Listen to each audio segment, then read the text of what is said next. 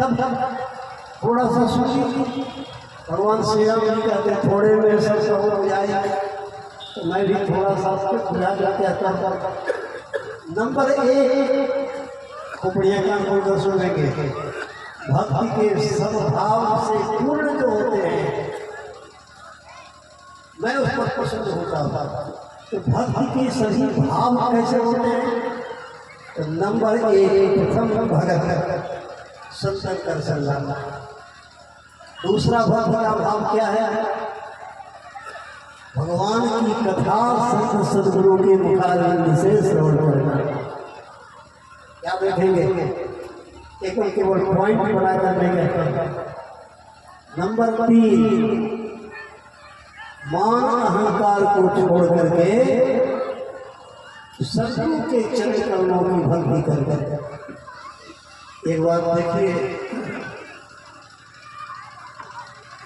महाराज दशरथ में सम्राट उनका अभिमान हो गया, अहंकार हो गया, और उन्होंने अपने नौकर से कहा कि जाओ गुरु महाराज को बुला के ले आओ।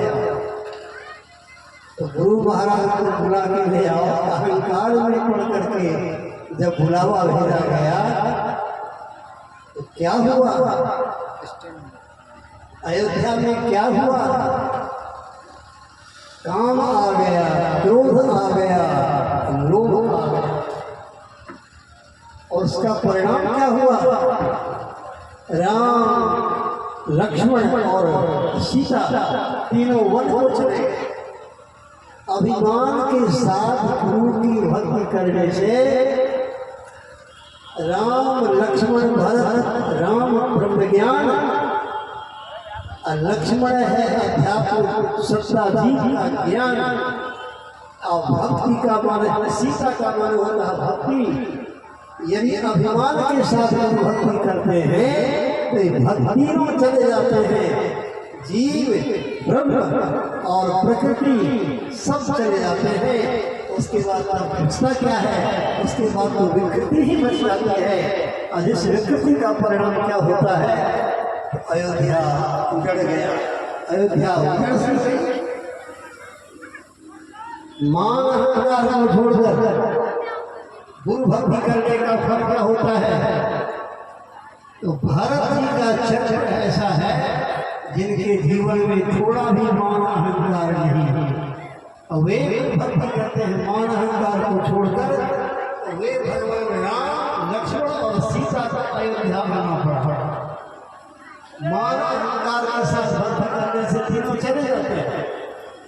अब मान अहंकार छोड़कर भगवान की भक्ति करने से, गुरु भक्ति करने से ये सब चले आते हैं, चले आते हैं। आपको ज्ञान हो जाता और उसकी भक्ति भी पूर्ण हो जाती।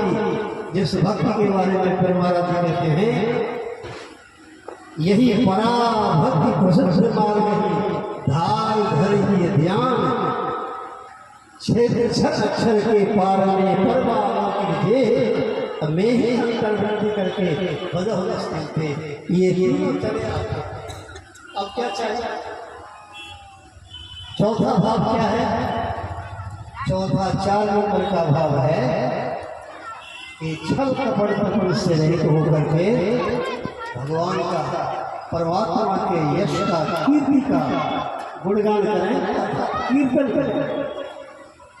हम लोग सत्संग के अभाव में यह मान बैठते हैं कि कीर्तन ही भगवान की भक्ति है, लेकिन ऐसी बात है नहीं। यहाँ संत और भगवत कहते हैं कीर्तन ही भक्ति भगवान की नहीं है, कीर्तन भक्ति का एक अंग है।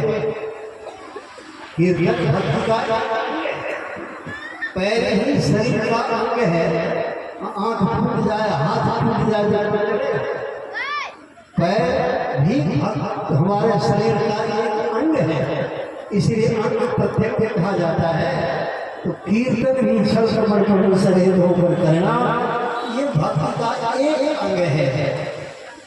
इसके आगे तब जैसे वेद प्रकाश किया गया, देखिए 33 करोड़ देवी देवताओं का पूजन कोई आशा नहीं कर सका था। कोई नहीं कर सका। अच्छा चलिए किसी की इच्छा हो कि हम 33 करोड़ देवी देवताओं की पूजा की कृपा प्राप्त करें, कृपा भावना बन जाए हम, तो ऐसा हो सकता है कि नहीं हो सकता है? मैं कहूँगा कि होगा। आप कहेंगे कि कोई आज तक 33 करोड़ देवी देवताओं का पूजा नहीं कर सका, बात है। लेकिन बिना पूजा का कैसे होगा? हमारे ऋषियों ने, हमारे वीर भगवान ने कहा, यदि आप प्रेम से स्तुति करें, स्तुति करने से 33 करोड़ देवी देवता सब प्रसन्न हो जाते हैं और सबकी सिद्धियां प्राप्त हो जाती हैं। इसीलिए सत्संग में रोज स्तुति की प्रार्थना करने के लिए आग्रह किया जाता है, कभी छोड़े नहीं। और अच्छा